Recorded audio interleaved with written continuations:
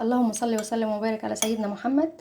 هنعمل الجمبري بطريقة حلوة، اللي هي ازاي يبقى مقرمش واصفر وذهبي كده. على فكرة يا جماعة، انا بعمل الجمبري ده الساعة 4 الفجر، والله العظيم يعني خلاص المزاج حكم. حكم القوي على الضعيف بقى. هنعمل ايه؟ دقيق، هنا كوبايتين دقيق، معلقتين كبار كركم، ملح وكمون وكزبرة وبهارات. وعلشان القرمشة لازم نعمل ايه؟ نحط معلقتين فيجيتار، حار بقى بارد زي ما انتوا عايزين. هنقلب هنا،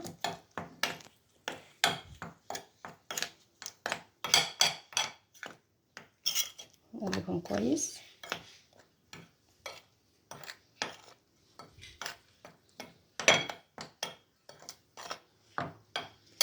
ننزل بالجمبري،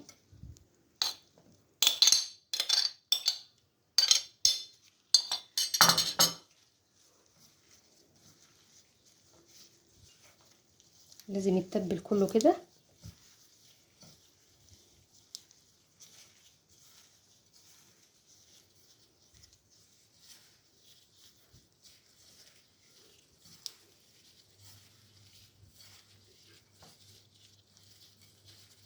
معلش بقى علشان الحاجات اللي بتقع،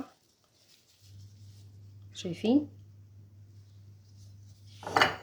بنحشه في طبق من بره الدقيق بعد التتبيله.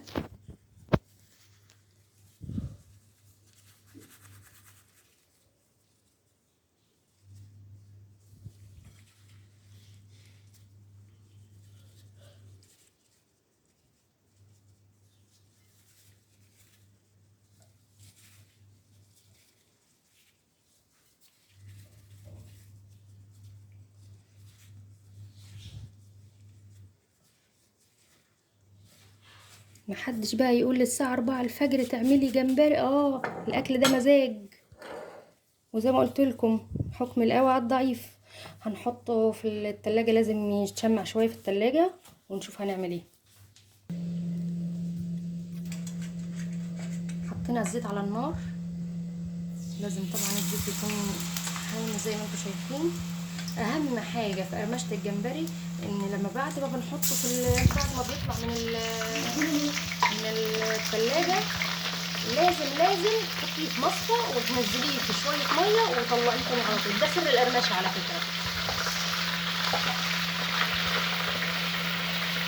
الزيت سخن قوي.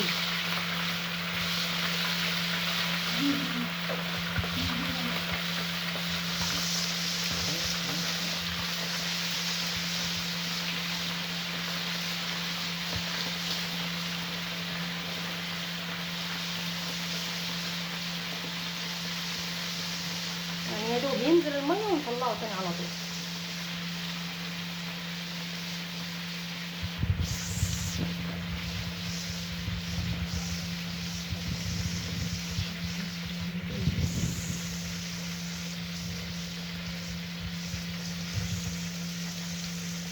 مش هنقلبه الا طبعا لما يشمع من تحت.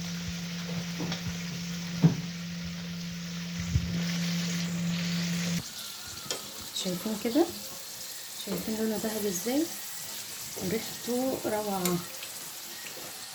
شايفين القرمشه؟ باينه. شوف، عامله صوت. طلعه على المنديل كده.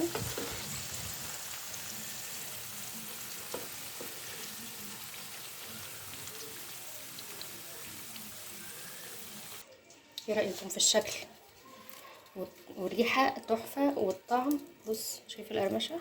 شايف؟ سخنه خالص.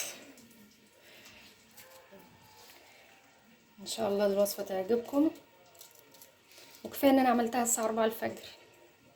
شكرا، اشوفكم في فيديو جديد. السلام عليكم.